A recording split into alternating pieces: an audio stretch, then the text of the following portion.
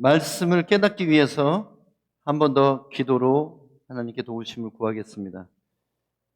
하나님 아버지, 우리에게 들을 귀를 주시고 깨닫는 마음을 주시고 순종하는 의지를 주셔서 하나님의 말씀이 육신이 되는 그 놀라운 기적이 우리 안에도 이루게 하여 주시옵소서.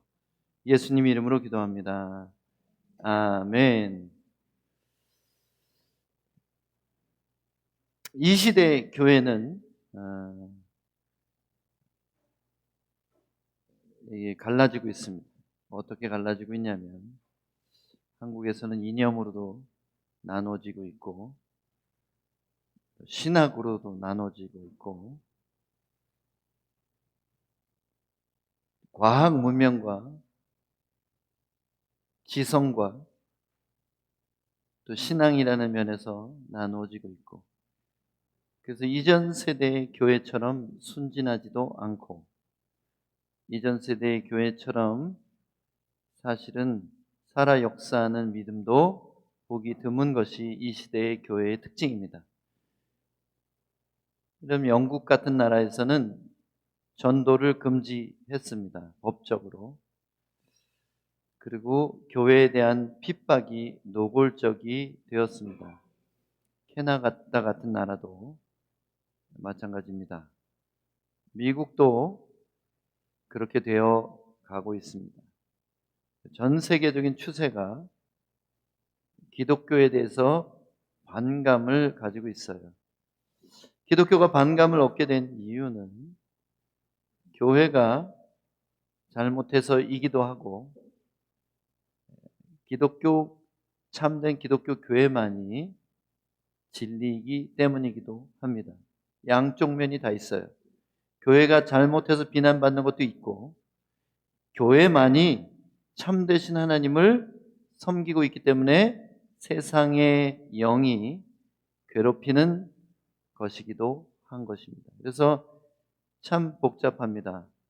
교회는 이제 능력을 회복할 필요가 있고 교회의 참된 비밀을 깨달아서 그래서 이제는 그리스도의 몸으로서 살아 역사하는 믿음의 공동체로 거듭나야 되는 것이 이 시대의 교회가 직면한 현실입니다.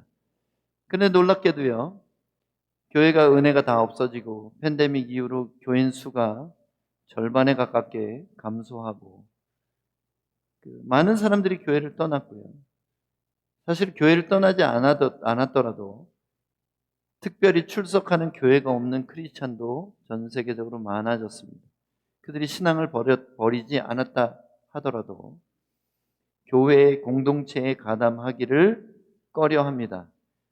이제 병 옮을까 봐 마스크를 끼고라도 교회 나오던 그것이 이제는 많은 죽음을 목격하면서 교회 가서 앉아서 예배하는 것보다 모니터 앞에서 혼자 예배드리는 게 안전하다 이렇게 생각하는 그런 생각도 많은 사람에게 갖게 한 것이 이 시대의 어떤 변화인 것 같습니다.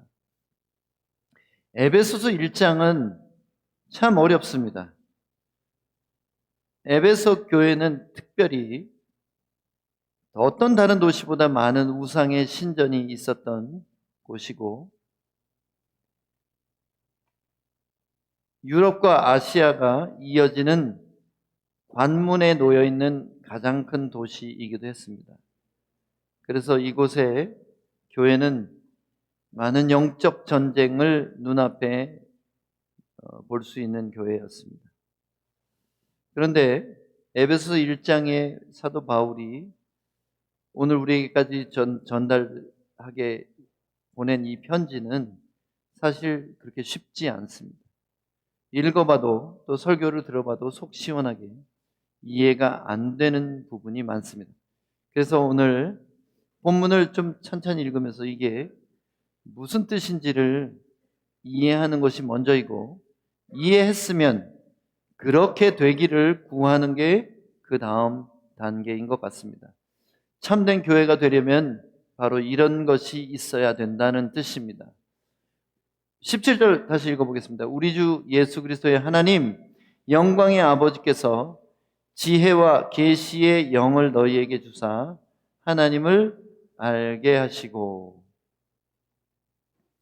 하나님을 아는 것은 공부해서 알 수 있는 게 아닙니다.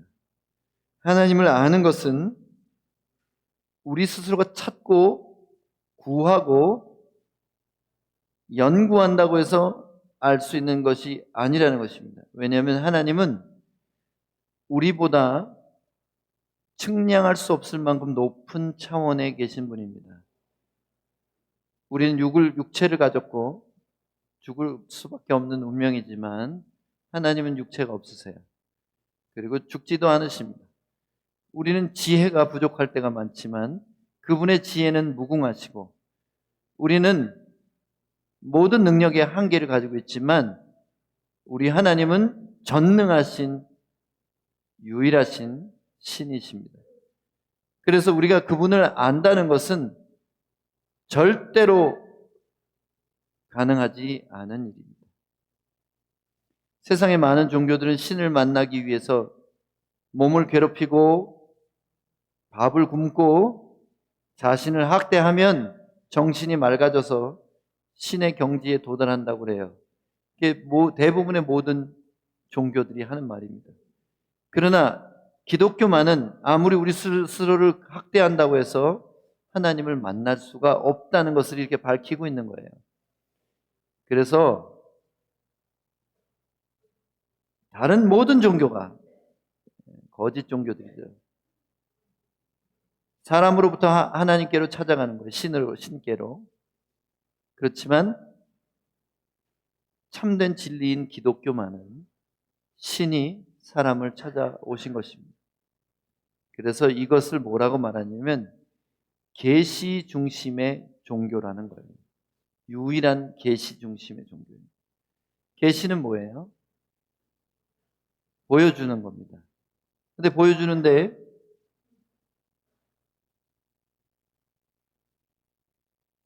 보여주는 분이 보여줘야지 볼 수 있는 거예요. 우리는 창밖에 있고 하나님은 집 안에 계셔서 커튼을 치고 계시다가 커튼을 조금 열어주면 그 커튼 사이로 보이는 만큼 볼 수 있는 것처럼, 마치 계시는 하나님이 우리에게 열어주셔야 볼 수 있고 열어주시는 만큼 보는 것이 바로 계시라는 것입니다. 그런데 사도 바울은 에베소 교회에게 다른 모든 가짜 신의 신전들이 있는 그 도시에 신앙을 지키기도 너무나 어려운 환경이 있는, 유혹도 많고 죄도 많은 그 도시의 사람들에게 이렇게 기도하라고 말합니다. 하나님이 너희에게 세상 사람들은 깨달을 수 없는 신을 깨닫는 지혜와 그 하나님의 뜻을 볼 수 있는 계시의 정신이 하나님으로부터 너희에게 임하도록 기도해라. 그래야 하나님을 알 수 있다. 여기 알다는 말은 에피그노시스입니다. 이 아는 것은 머리로 아는 것을 말하는 게 아니라 경험적으로 아는 걸 말해요. 만나는 것을 의미합니다. 그러면 참된 교회는 하나님을 만나야 교회가 되는 겁니다. 주일마다 예배당에 나와서 아무리 찬양을 해도 하나님은 안 느껴져요. 그리고 그분이 살아 계신지도 모르겠어요. 그러면 교회 나오는 게 의미가 없다는 거예요. 살아계신 하나님이 우리를 교회로 불러서 예배하게 하시는 이유는 뭐냐면 내가 거기서 너희를 만나리라, 이 약속을 가지고 우리를 부르신 겁니다. 그리스도의 몸인 우리는 그리스도와 연결된 것을 확인하는 방법이 바로 하나님께 예배하는 순간이라는 거예요. 그래서 우리가 기도해야 될 것은 이거 가르쳐 주세요. 저 길을 보여주세요. 내게 제일 좋은 게 뭐예요? 그리고 내 병 좀 고쳐주세요. 내게 필요한 재정을 주세요. 이걸 하러 나오는 게 아니라는 거예요. 이것은 다른 종교들이 하는 것입니다. 우리는 그런 것들은 하나도 안 해도 됩니다. 그냥 교회 나와서는 그런 거 나한테 문제 해결해달라 그런 기도하지 마세요. 하나님 만나게 해주세요.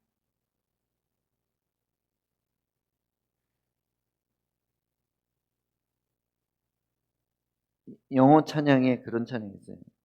Meet us here. 이곳에서 우리를 만나주세요. 옛날에 그 토론토에서 부르던 찬양인데 오늘 아침에 생각나더라고요. 내가 거기서 너희를 만나리라. 이 약속이 우리에게 있다면 우리는 뭘 기도해야 돼요? 이곳에서 우리를 만나주세요. 그럼 이곳이 어디입니까? 바로 그리스도의 피로 덮여있는 곳, 예수의 피를 힘입어 믿음으로 나아가는 자들이 모인 곳, 그곳이 바로 성소라는 거예요. 이 시대의 성소는 이스라엘의 성전에 있는 게 아니라 예수를 마음에 모신 사람들, 그 피를 의지하는 사람들이 한 목소리로 찬양하고 기도하는 그곳이 바로 이 시대의 성소라는 거예요. 성소는 왜 들어갑니까? 하나님의 임재를 만나기 위해서 그런 겁니다.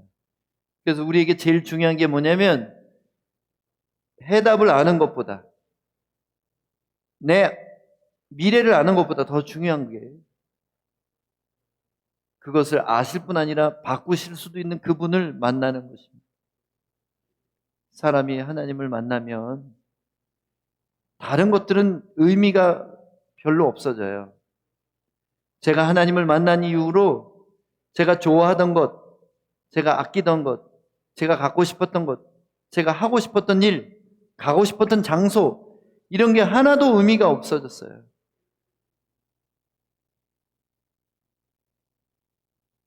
제가 미국의 그랜드 캐년 옆에 가서 부흥회를 하고 그냥 왔습니다.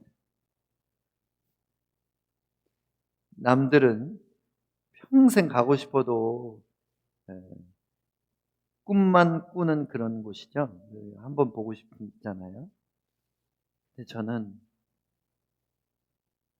예전에는 제가 여행을 참 좋아해서 일부러라도 찾아갔을 거예요. 근데 제가 주의 종이 되고 주님의 임재를 사모하는 그때부터는 어떤 장소가 저에게 영감을 주지도 않고 그것이 너무 보고 싶고 그렇지도 않아요. 지금도 좋긴 좋죠. 하나님 보내신다면 뭐 갈 거예요. 근데 그거보다 더 중요한 게 뭐냐면 하나님이 고민하시는 것, 하나님이 소원하시는 것, 그게 내가 가진 것, 내가 가보고 싶은 것, 하고 싶은 것보다 훨씬 더 커졌어요. 이렇게 되기 위해서 우리는 하나님을 만나야 되는 겁니다. 진짜 좋은 음식을 맛본 사람들은요, 정크푸드를 또 찾지 않습니다. 너무 좋은 음식으로 배를 불렸는데 그 직후에 바로 또 라면 끓여 먹고 싶은 사람 있어요? 그 사람은 진정한 진정한 사람의 한계를 초월한 그 식신입니다. 식신. 홍석한 선생님 왜 눈 비벼요? 딴 척 하지 마세요.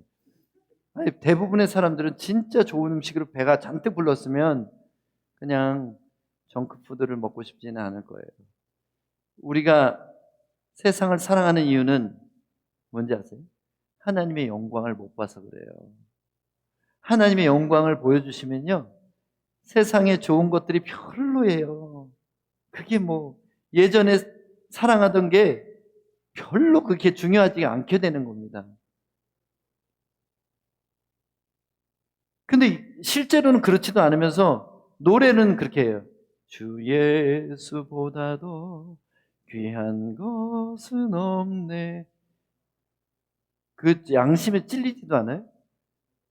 세상 즐거움 다 버리고 세상 자랑 다 버렸네? 진짜? 진짜요? 근데 그 찬송을 우리가 감히 어떻게 하나님 앞에서 거짓말로 부를 수 있어요? 그게 기도라는 거예요. 지금 나는 그렇지 않지만 그걸 사모합니다. 먼저 그렇게 되었던 신앙의 선배들이 불렀던 노래를 나도 따라 부르면서 나도 그렇게 되기 원합니다. 그래서 찬송은 곡조 붙은 기도라는 거예요. 그래서 우리는 뻔뻔하게 찬송할 수 있는 거예요. 그렇지도 않으면서. 왜냐하면 그렇게 되기를 원하기 때문에. 그래서 교회에 나와야 되는 목적이 뭐냐면 제발 내 문제 해결해 주세요. 나 아픈 거 낫게 해주세요. 돈 좀 주세요. 그냥 고집스럽고 인색한 아버지한테 땡강 부리러 나오는 게 아니라 나 자신보다도 나를 더 잘 아시고 나의 최선의 미래를 이미 계획하고 계신 그 선하신 아버지 앞에 그분을 만나고 싶어요. 당신을 알고 싶어요. 그 소원을 가지고 나와야 된다는 거예요. 예배를 그런 마음으로 드리는 사람들이 복이 있을지어다. 아멘. 여기서 우리를 만나주세요. 그게 예배하는 목적이에요.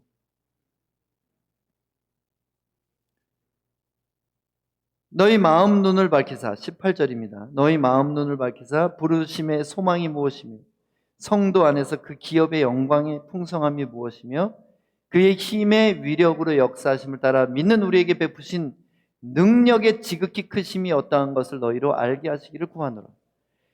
제일 먼저 알아야 될 것은 하나님을 아는 거예요. 지혜와 계시의 영을 달라고 구하는 거예요.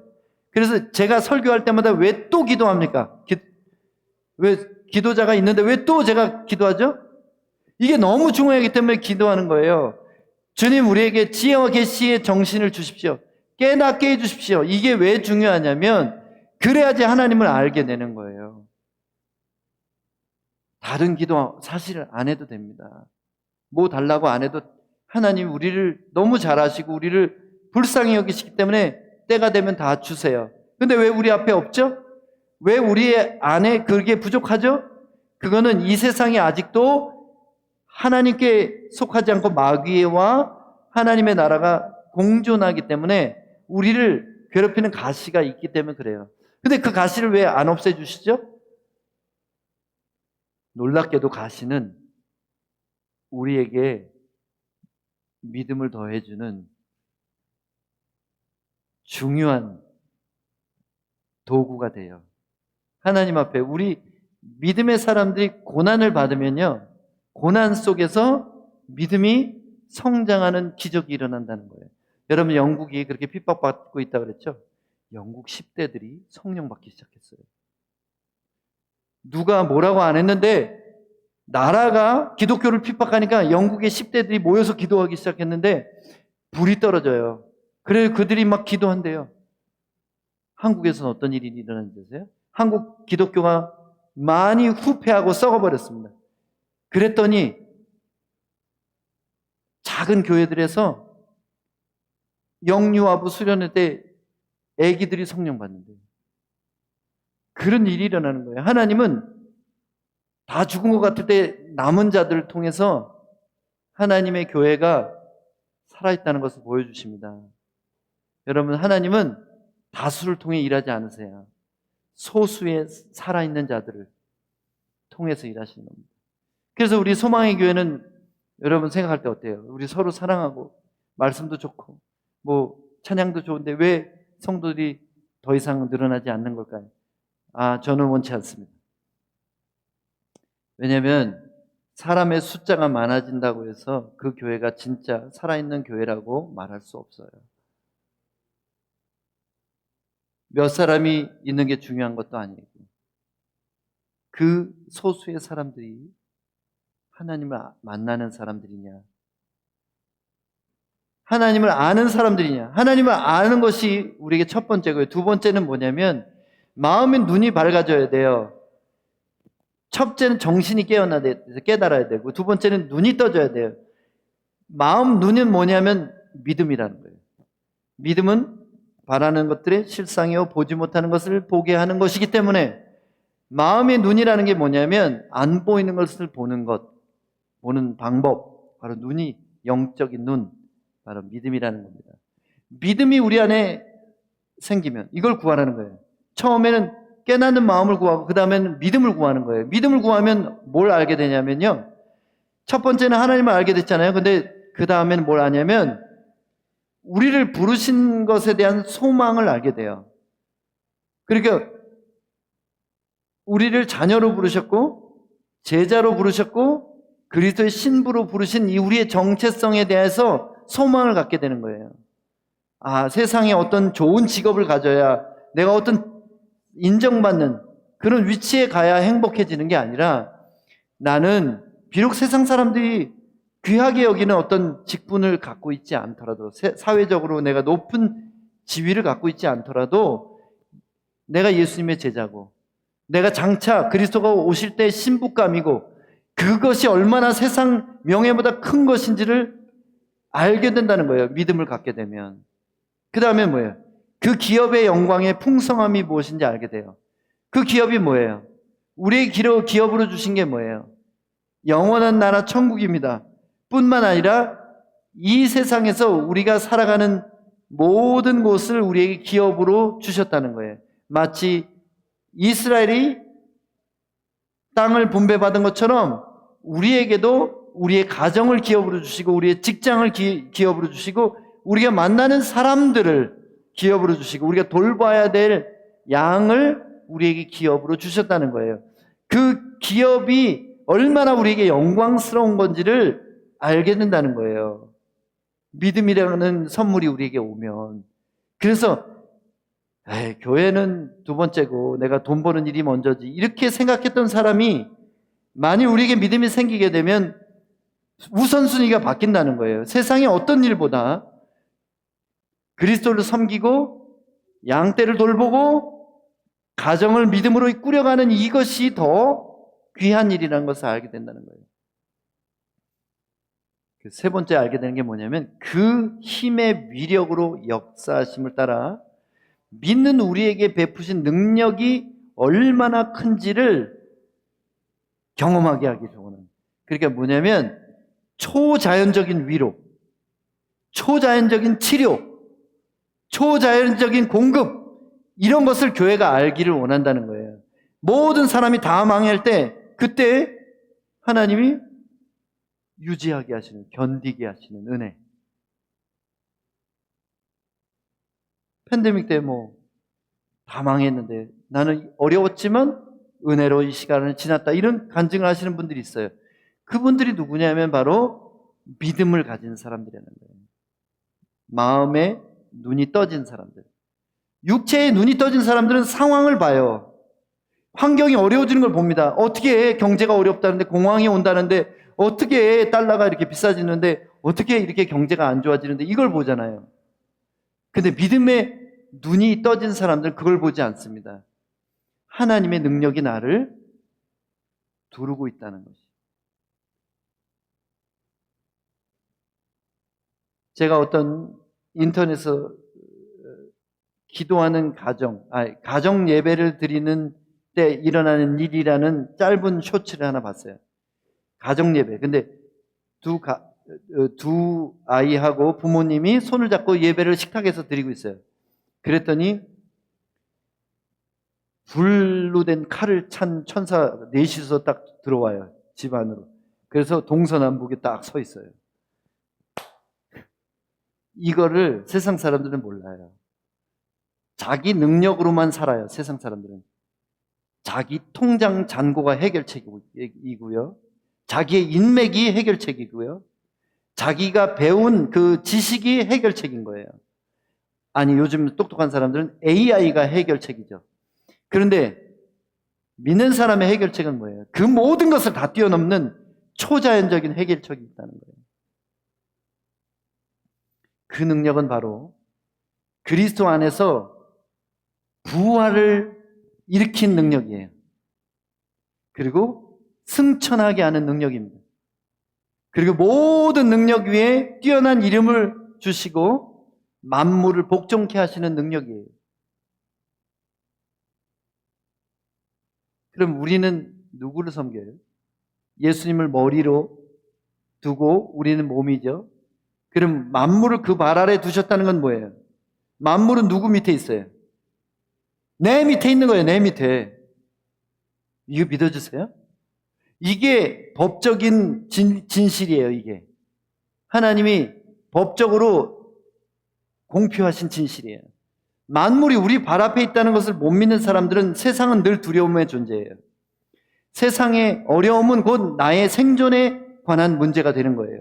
그런데 만일 그리스도가 하나님의 능력으로 말미암아 부활하시고 들어올려 주셔서 만물을 그 발 아래 두셨다고 한다면 여기 놀라운 비밀이 있는 거예요. 교회는 그리스도의 몸이다. 그러면 만물이 어디 있어요, 지금? 우리를 둘러싸고 괴롭히고 우리를 짓누르고 있는 게 아니라 진실은 이러거라는 거예요. 부활하신 예수님을 진짜 머리로 두고 있는 교회는 여전히 만물이 우리의 발 아래 있다는 것을 믿어야 돼요. 이럴 때는 우리는 어떻게 할 수 있냐면 명령하게 됩니다. 가뭄이 들면 날씨에게도 명령할 수 있고요. 우리가 돌보는 사람들이 아플 때는 손을 대고 치유를 명령할 수도 있어요. 우리 가정을 시험하는 마귀의 역사가 느껴질 때는 손을 들어서 대적 기도할 수 있는 명령권이 우리에게 있어요. 만물이라고 할 때는 하나님을 제외한 모든 것이 포함되어 있는 거예요. 교회가 그만큼 놀라운 존재입니다. 이 자존감을 깨닫지 못하면 교회 다닐 필요도 없고요. 교회 다니면 지치고 피곤한데 일을 하나 보태는 거예요. 여기서 하나님 못 만나면은 쓸데없는 짓을 하는 겁니다. 여러분 피곤해 피곤을 더하는 거예요. 교회 와서 반드시 하나님을 만나세요. 그리고 반드시 믿음을 회복하세요. 그래서 우리에게 주신 것이 얼마나 대단한 것인지를 알아야 됩니다. 교회는 이 자존심이 없으면 그저 세상의 찌끄러기 같은 존재예요. 누가 우리를 안아줍니까? 여기 와서 아무리 소리치고 예배한다고 우리를 인정해줘요? 우리를 무슨 전문가로 여깁니까? 우리를 무슨 세상의 중요한 인물들로 봅니까? 아니에요. 이게 회복돼야 진정한 교회라는 거예요. 23절 교회는 그의 몸이니 만물 안에서 만물을 충만케 하시는 이의 충만함이니라. 이게 너무 놀랍지 않아요? 교회가 충만함이래요. 아, 교회는 소수고 마이너리티인 줄 알았는데요. 소외되고 짓눌려 있는 작은 집단인 줄 알았는데요. 아니에요. 이렇게 선포합니다. 만물 안에서 만물을 충만케 하시는 이의 충만함이 교회다. 굉장히 어려운 문장이에요. 자, 이제 이렇게 정리를 해보겠습니다. 교회가 알아야 되는 것, 경험해야 되는 것은 뭐냐면 첫 번째, 지혜와 계시의 영을 통해 하나님 자체를 알아가야 돼요. 계속해서 만나고 더 많이 알게 되고 더 사랑하게 돼야 됩니다. 이것이 우리가 교회인 이유예요. 목적입니다. 두 번째는 마음 눈이 밝아져서 믿음이 커져서 믿음이 열려서 부르심의 소망을 알게 돼야 돼요. 얼마나 소망스러운 일인지.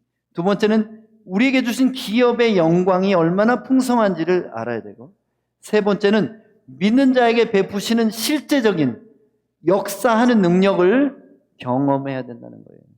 그래서 믿음 있는 사람이 기적을 일으키는 거예요. 믿음 있는 사람이 당당한 겁니다. 믿음 있는 사람이 소망으로 넘쳐서 고난 중에도 기뻐할 수 있는 겁니다.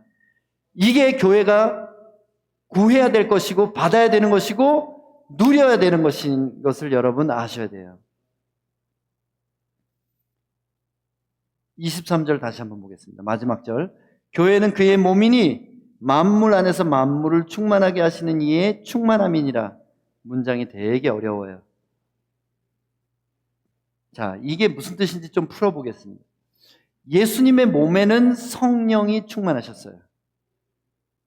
지혜와 계시의 정신이 가득하셨습니다. 이것은 곧 신성을 말하는 거예요. 하나님의 속성, 신성이에요. 육신에 가득한 신성, 이것이 예수님이셨어요.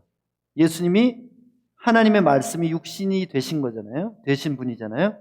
그래서 교회란 뭐냐면 그를 머리로 두고 있다는 것은 그와 그의 명령 아래에 있어야 된다는 거예요. 그럼 육신에 가득한 신성을 교회라고 하는 겁니다. 그래서 우리는 뭐냐면 하나님이 꽉 찬 인간이에요. 그걸 교회라고 하는 거예요. 하나님이 씨가 심겨서 이게 점점 자라가서 나는 점점 내 모습은 사라지고 내 안에서 예수님의 인격과 예수님의 능력이 나타나기 시작하는 것, 그것이 교회가 교회되어가는 방법이라는 거예요. 골로새서 2장 9절에 보면 그 안에는 신성의 모든 충만이 육체로 거하셨다. 이렇게 말해요. 예수님을 묘사하고 있는 겁니다. 충만이라는 단어가 여기 나왔죠? 충만이라는 단어는 플러라는 단어입니다. 그래서 꽉 찬 상태. 풍선 속에 바람이 꽉 찬 것 같습니다. 그래서 그분 안에는 신성이 모든 충만함이 능력과 지혜와 자비로움과 성품과 모든 것이 육체 안에 살아 계셨다는 거예요. 그래서 교회, 믿는 자의 무리는 그들의 육체가 예수가 원하시는 대로 행하는 신성이 충만한 상태를 이루어야 한다는 것입니다. 어려운 말 같지만 간단하게 말하면 뭐냐면 성령 충만이에요. 성령 충만. 교회가 교회되기 위해서 반드시 필요한 것이 바로 이 성령의 충만함이라는 거예요. 근데 이 성령의 충만함이 어떻게 온다고요? 마음, 눈이 떠질 때, 곧 우리에게 믿음이 커질 때 성령 충만한 거예요. 그래서 우리는 교회에 나와서 구해야 되는 게 두 가지예요. 하나님 만나게 해주세요. 믿음이 자라나게 해주세요. 이것이 교회의 비밀이자 교회가 교회되게 하는, 교회가 가지고 있는 비밀이라는 거예요. 머리의 다스림을 받지 않는다는 말의 의미는 몸이 아니다는 말이에요. 내 몸인데 내 팔이 막 마음대로 이렇게 놀아요. 내가 머리로 생각도 안 했는데 이렇게 움직여요. 그러면 이거는 나한테 달려 있어도 내 몸이라고 할 수 없어요. 예를 들어 이런 거예요. 또 손가락이 잘라졌어요. 내 몸이었지. 근데 내 몸은 아니에요 지금. 왜냐면 이걸 붙일 수 없어요. 버려야 됩니다. 너무 오래됐어요. 이미 죽었어요. 그러면 내 몸이었지만 몸은 아닌 거예요. 예수님의 포도나무 비유에서 가지가 나무에서 떨어져 나가면 말라져 버리고 불에 태워질 수밖에 없다는 것입니다. 교회도 마찬가지예요. 성령 충만하지 않다는 말은 뭐냐면 성령님의 음성을 들을 수 없다는 말이고 성령의 감동을 받을 수 없다는 뜻이고 그 감동대로 순종하지 않는다는 뜻이에요. 그럼 피가 안 통하는 잘려진 손가락처럼 그리스도의 몸이었으나 그 몸의 기능을 할 수 없는 상태라는 거예요. 그래서 결론을 내리겠습니다. 예수님의 다스림을 받는 교회는 경이로운 의로움이 있어야 돼요. 세상적인 의 정도가 아니라 깜짝 놀랄 만한 의로움이 있어야 돼요. 세상의 도덕적인 기준을 훨씬 아득하게 뛰어넘는 예수 같은 의로움이 있어야 돼요. 그 다음에 기적적인 평강이 있어야 됩니다.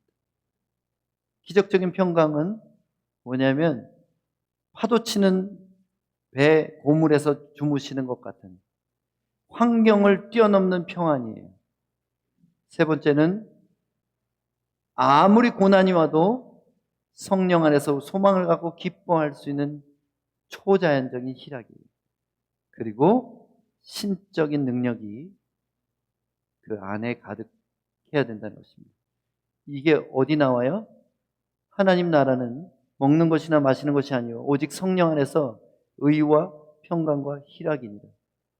하나님 나라는 말에 있지 아니하고 능력에 있느니라. 이 네 가지를 말하는 거예요. 하나님 나라가 가진 특징은 뭐예요? 성령이 충만할 때 나타나는 것입니다. 성령 충만한 사람이 불의하다가 의로워지고요. 성령 충만한 사람이 평안해지고요. 성령 충만한 사람이 기뻐지고요. 성령 충만한 사람이 무능력하다가 능력 있는 그리스도인이 된다는 것입니다. 이것이 신성의 충만이라는 거예요. 하나님은 의로우시고 평화로우시고 기뻐하시고 능력으로 가득하신 분이에요. 이것이 바로 신성이에요. 성령은 그냥 애매모호한 그냥 우리가 꿈꾸는 낙원 같은 그런 몽롱한 느낌을 주시는 분이 아니라 성령이 가지고 있는 신성이 우리에게도 나타나게 해주시는 분이 성령님이에요. 그래서 교회를 다닌다는 것은 그리스도의 몸으로서 머리가 주시는 명령을 수행하기 위해서는 그 명령을 받을 만한 하나님의 성품과 능력으로 준비되어 있어야 된다는 것입니다. 이것이 바로 성령 충만이에요.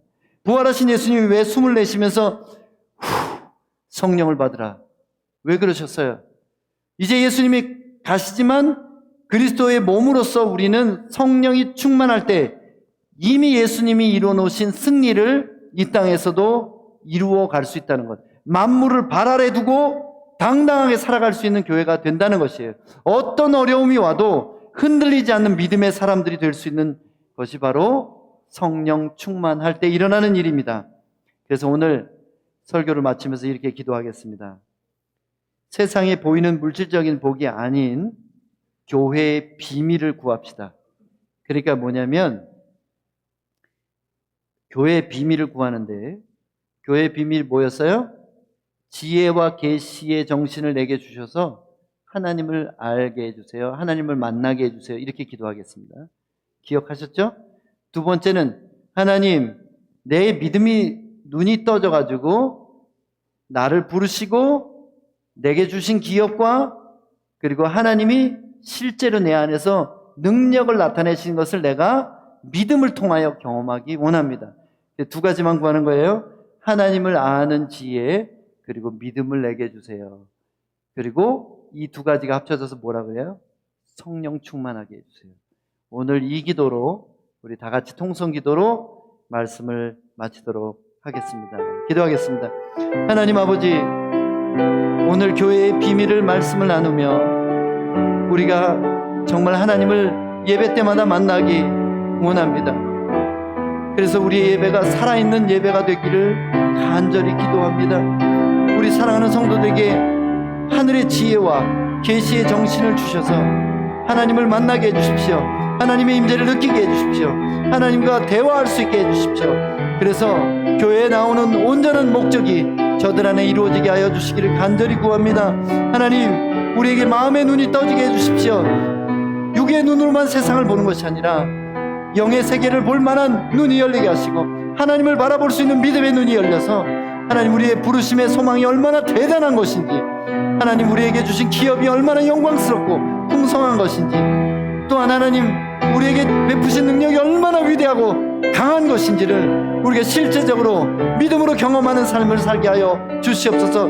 그래서 우리가 세상적인 것을 구하고 썩어질 것을 바라보는 사람들이 아니라 하나님 나라를 바라보며 성령의 충만함을 날마다 구하는 믿음의 사람들이 되도록 하나님, 우리 교회를 진정한 교회 되게 하여 주시옵소서. 그리스도가 쓰실 만한, 그리스도가 움직이실 만한 몸이 되게 하여 주시옵소서.